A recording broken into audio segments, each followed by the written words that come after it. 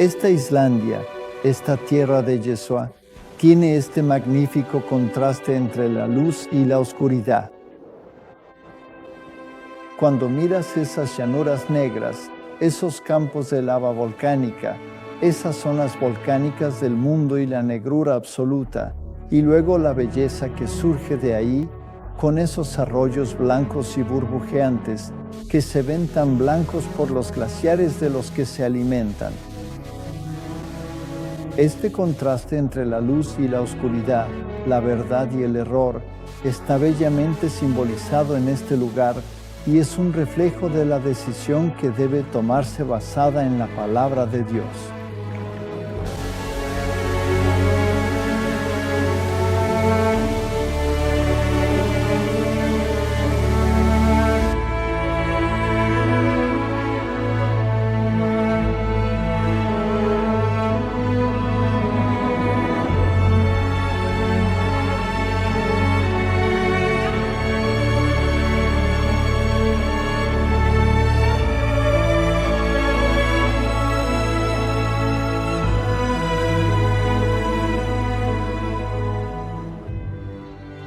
Y vi a otro ángel volar majestuosamente en medio del cielo, que tenía el Evangelio eterno, la buena nueva de salvación, para predicarlo a todos los que moran en la tierra, a cada nación, a cada tribu, a cada lengua y a cada pueblo, diciendo con una gran y potente voz: temed a Dios y dadle toda la gloria, porque la hora de su juicio ha llegado, un momento crucial para toda la humanidad.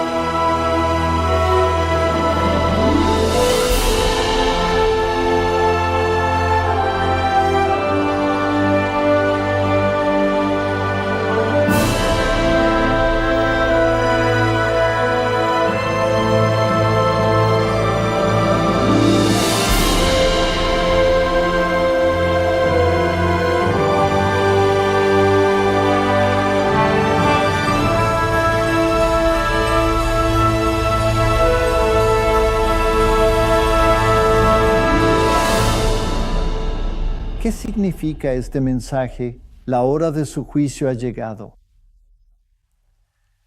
Estamos viviendo en una época de agitación en este planeta.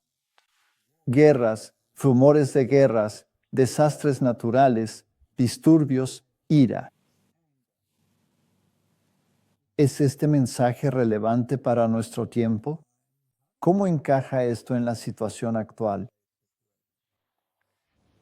Hablemos de ello.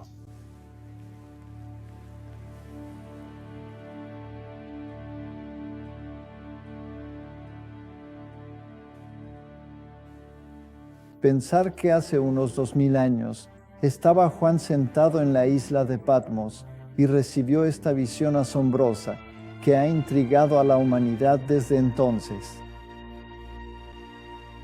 Desempeñó un papel tan importante en desentrañar los problemas de la Reforma y también jugará un papel muy importante en desentrañar los problemas de los tiempos en los que estamos viviendo.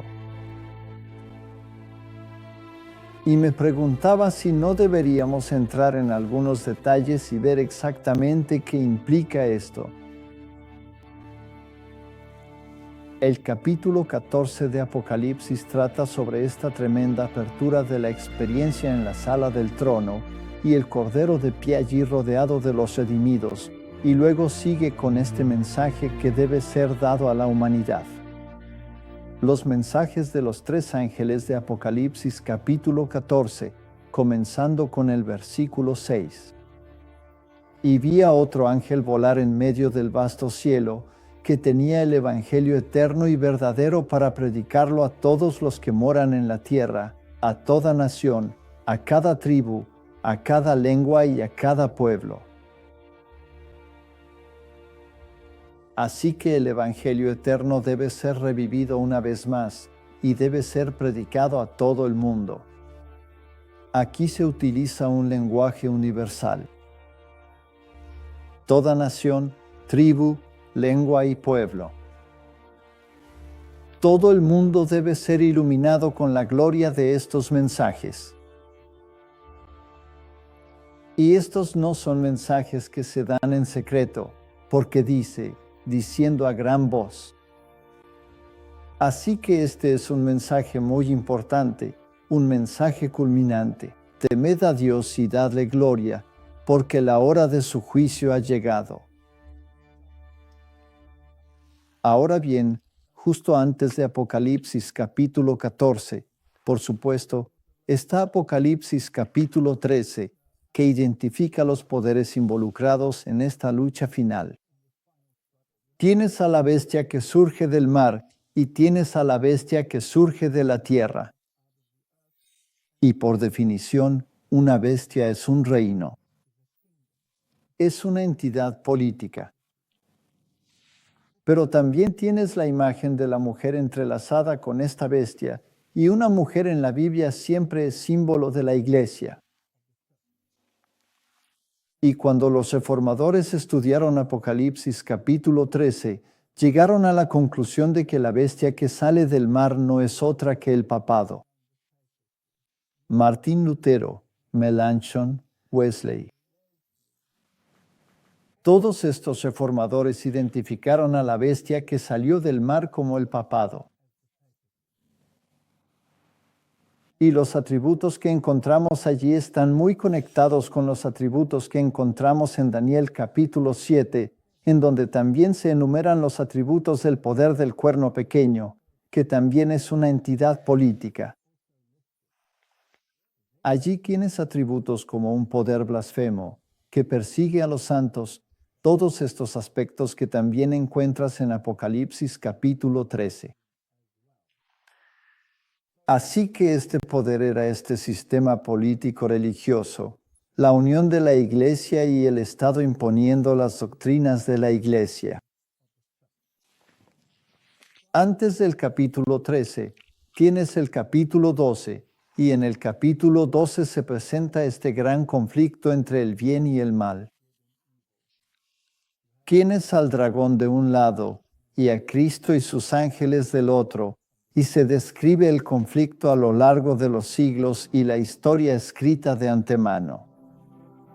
Es absolutamente asombroso. Y aquí se describe a una mujer, una iglesia que sería perseguida implacablemente durante este periodo de 3 años y medio, 42 meses, 1260 días. Y los reformadores aplicaron el principio bíblico del día por año. Y así, si calculas estos tiempos, resulta en 1260 años, porque la Biblia nos dice que tomemos un día por un año. Y después de los tumultos que describen la persecución de la novia de Cristo durante el tiempo de la supremacía papal, cuando esta mujer era cuidada en los lugares más solitarios, y predicaban el Evangelio vestidos de cilicio, y con derramamiento de sangre difundían la palabra de Dios. Mientras tanto, el sistema político-religioso crecía en estatura, estando en la corte de los reyes, recibiendo los elogios y el homenaje que sentían que les correspondía, siendo el poder superior, el portador de la espada espiritual que blandía la espada sobre la espada secular también, y la espada secular siendo empuñada en nombre de la espada espiritual. Estos fueron los temas bajo los cuales la reforma echó raíces, y entonces la mujer tuvo que huir. Y durante todos esos años, esta guerra y conflicto empujaron a la mujer, la Iglesia de Dios, a experiencias en el desierto, y huyeron a varias partes del mundo donde podían tener paz y practicar su religión. Y en ese momento, Estados Unidos estaba siendo colonizado, Norteamérica, África estaba siendo colonizada. Australia y Nueva Zelanda estaban siendo colonizadas y el protestantismo se extendió al Nuevo Mundo. Con el auge del poder del protestantismo, se instaló la complacencia y de nuevo hubo una regresión, tal como ocurrió en la historia de Israel. ¿Quién es este florecimiento de la verdad y esta adhesión a los principios, solo para dar paso nuevamente al declive, la apostasía y la decadencia? Y así como hubo esas olas de apostasía y olas de fidelidad, una tras otra, lo mismo iba a suceder en el mundo cristiano. Cuando la persecución era intensa, la gente se mantenía fiel, defendiendo los principios, incluso hasta la muerte. Pero cuando las cosas empezaron a calmarse, la persecución ya no era tan evidente y se instaló la complacencia. Y entonces hubo este regreso al sistema tal como era antes. Y Dios tuvo que levantar a otro pueblo.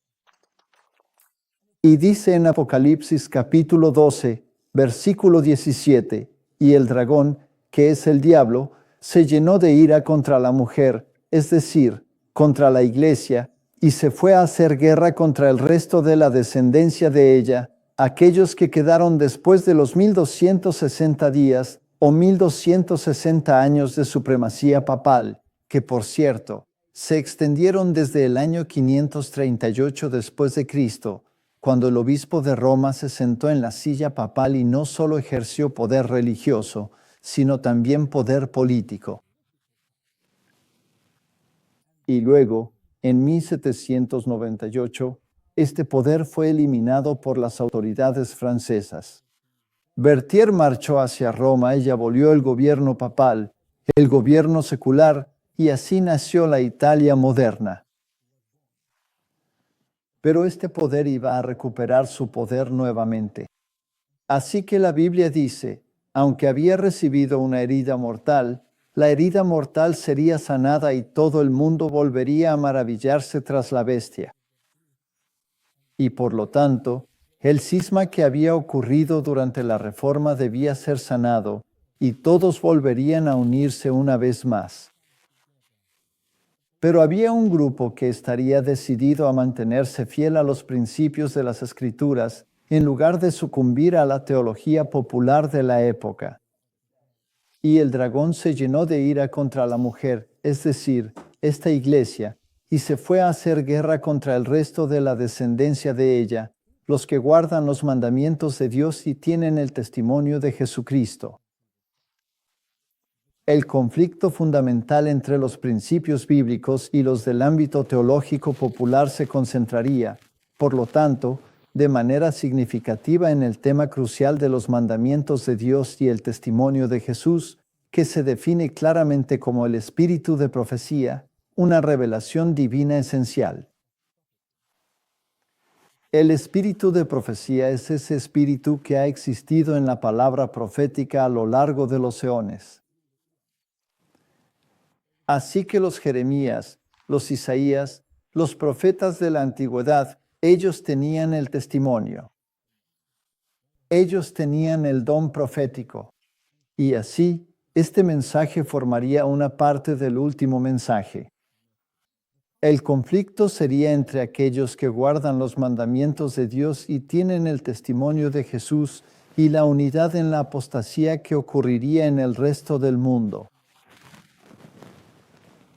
Esto requería un mensaje específico y llega en un momento específico. Y lo leemos en Apocalipsis capítulo 14, estos mensajes de los tres ángeles, asombrosos en su plenitud. Leámoslo de nuevo. y vi a otro ángel volar en medio del cielo. Así que este es un mensaje relámpago. Se mueve a la velocidad del rayo, teniendo el Evangelio eterno para predicar. Justo en ese punto, que es el Evangelio eterno, el Evangelio eterno es el Evangelio de la salvación en Jesucristo. Es la buena noticia del Mesías que habría de venir. Y sabemos que este Evangelio existía desde el principio. De hecho, fue concebido antes de que existiera cualquier ser creado en este planeta. Encontramos la semilla de esto justo al principio, con Adán y Eva, con la primera promesa del Mesías, donde la enemistad estaría entre la simiente de la mujer y el dragón y su simiente. Este conflicto entre los hijos de la obediencia y los hijos de la desobediencia lo vemos en Caín y Abel, donde Abel presenta la ofrenda que significa que la salvación está fuera de sí mismo, y Caín dice, no, las obras de mis manos deberían satisfacer a la deidad. Y este conflicto, tal como comenzó allí, ha ido apareciendo una y otra vez a lo largo de la historia de la humanidad. Pero el Evangelio no ha cambiado. Cuando la luz del Evangelio casi se había apagado, cuando en la oscuridad de la Edad Media, a la que la historia llama la Edad Oscura, esa luz estuvo a punto de extinguirse, los reformadores se aseguraron de que esa luz volviera a brillar con fuerza. ¿Y cuál era esa luz? La salvación está fuera de nosotros mismos. La justificación es por la fe en la obra terminada del Hijo de Dios. Nos apropiamos de la salvación por la fe, aferrándonos a la promesa y confiando en un sacrificio que está fuera de nosotros mismos. Justificación por la fe y no por las obras. Y este conflicto entre la fe y las obras, entre las palabras de Romanos y las palabras de Santiago, se desató en ese primer periodo del protestantismo. Y Martín Lutero, cuando descubrió el glorioso Evangelio de la salvación en Cristo, tuvo un conflicto con el libro de Santiago y lo llamó la epístola de paja. Pero más adelante, al profundizar en el tema, vio la relación entre ambos. En un momento, ofreció su birrete de doctor a quien pudiera reconciliar Romanos y Santiago. Pero después de un tiempo, vino y tomó el birrete de doctor y se lo puso en la cabeza porque él mismo los había reconciliado. Verás, las obras eran una consecuencia de la salvación y no un medio para obtenerla. Así que la fe sin obras está muerta, pero las obras nunca, jamás podrán salvarte. Esto es algo que se completa totalmente fuera de ti mismo. Es por la fe en el Hijo de Dios que recibimos nuestra salvación. Es creyendo en la palabra y aceptándola como si fuera una realidad. La fe es la sustancia, la realidad de aquello que se espera con anhelo, la evidencia clara de lo que no se puede ver. Así que la fe se convierte en una realidad viva en el alma por medio de la cual nos apropiamos de la salvación que se ofrece en Jesucristo. Este es el Evangelio eterno. En oposición a esto, tienes el Evangelio de las obras. Así que cuando los reformadores decían, eres salvo solo por la fe, la Contrarreforma respondía, esa palabra, solo, no tiene cabida, y fue anatematizada. El Concilio de Trento dijo que aquellos que afirman que la salvación es solo por la fe son un anatema. Y así, el escenario quedó preparado para que la sangre volviera a correr, y la sangre de los santos fue derramada, y la historia nos cuenta cuál fue el resultado. Millones y millones de personas perdieron la vida porque tomaron partido, ya sea por un lado del Evangelio o por el otro. ¿Éramos salvos por las obras o éramos salvos por la fe en la palabra? Y hoy en día parece que hay un compromiso.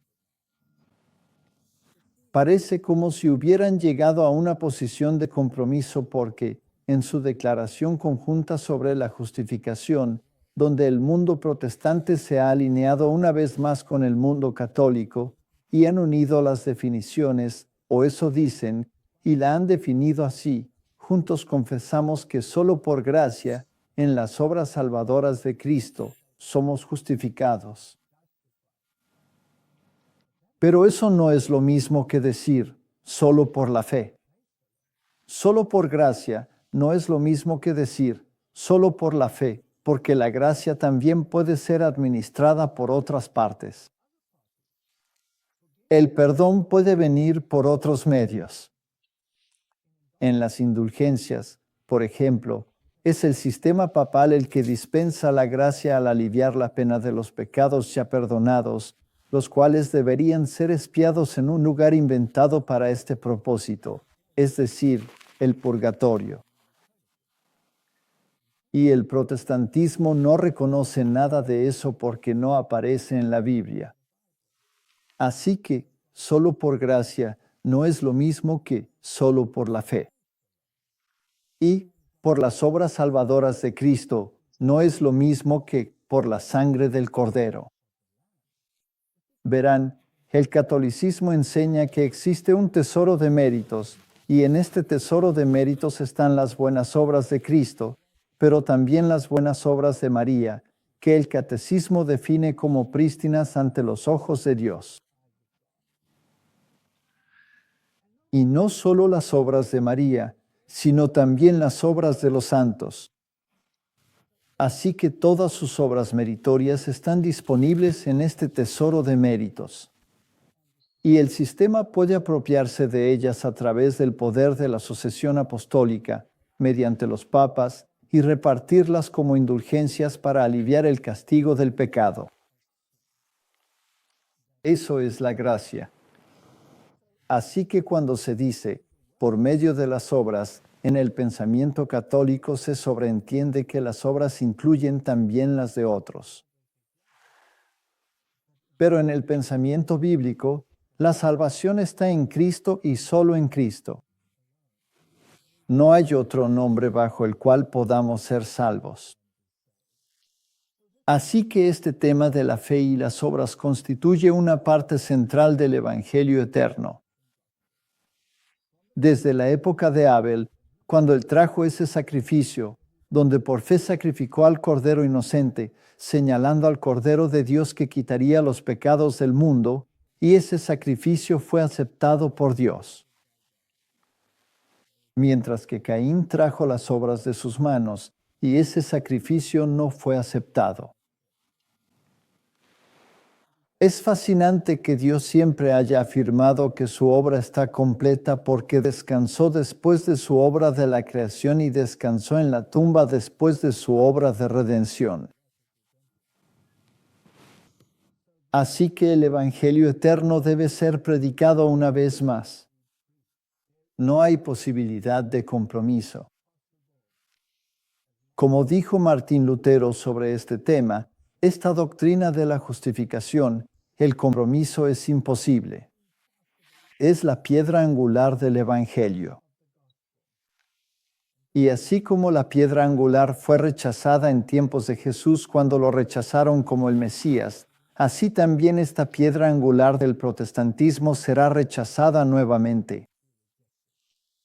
Por lo tanto, debe ser predicado a toda nación, tribu, lengua y pueblo, que la salvación es por la fe en el Hijo de Dios y que somos salvos por la sangre del Cordero.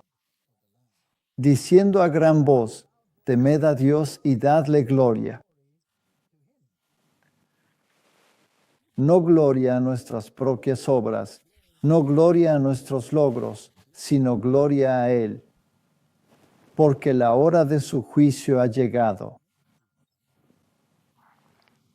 ¿Qué tiene de especial la hora del juicio que ha llegado?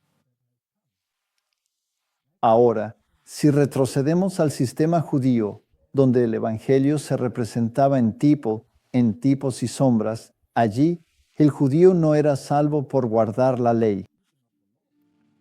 Tenía que traer un corderito, poner sus manos sobre el cordero, confesar sus pecados sobre el cordero, y luego el cordero inocente moría en lugar de la parte culpable. Ese es el plan de salvación. Ese